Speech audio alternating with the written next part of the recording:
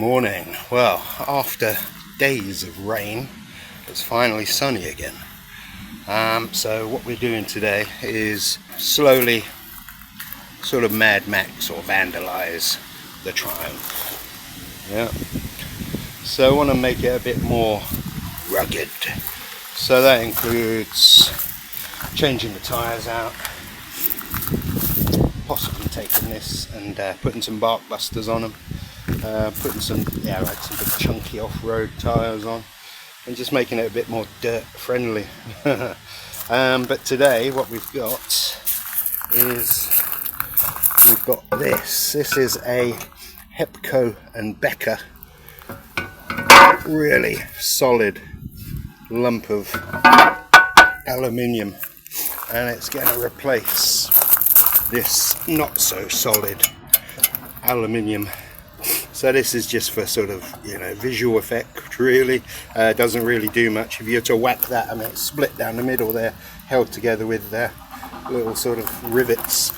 So if you were to whack that with something hard, or hit something hard, a rock or something, that would just split probably, and then damage your engine and sump and possibly your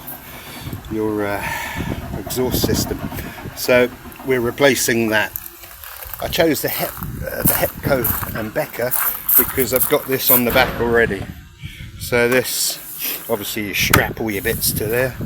So I already got that in place. So I thought, well, why not get one that matches for down here as well?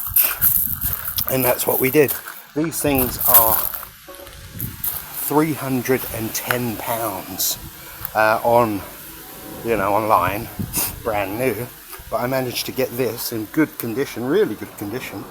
A little bit of wear to it, but nothing. It's not going to happen as soon as you put a new one on and ride it for a week. So just some surface wear. I managed to pick this up rather than £310, £54 on eBay. So I'm happy with that. So yeah, we're just going to fit that. And. That'll be the first of the Mad Maxing of the Triumph Tiger Rally Pro. Alright, we got the old one off.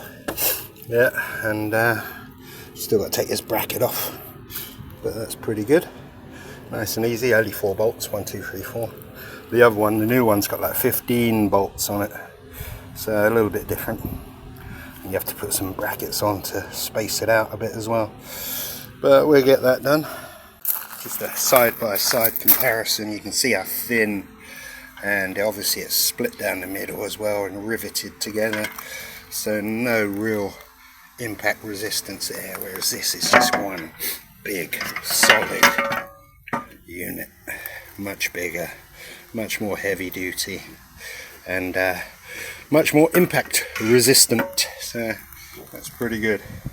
Let's get it done. Right, I'm not going to lie, that was a pain in the arse. I mean a real pain in the arse.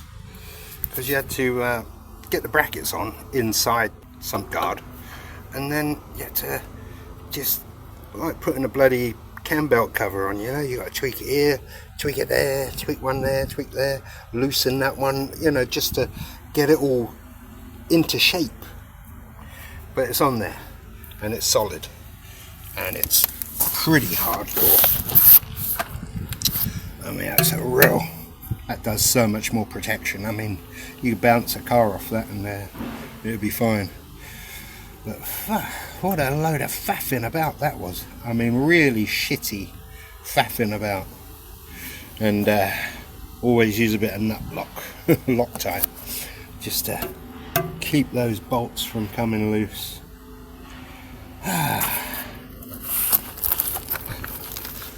But I tell you, that was a crap job. Really crap. Don't even know what time it is. It's taken me a while. 3:49. Fucking terrible job. Really shit. Anyway, done now.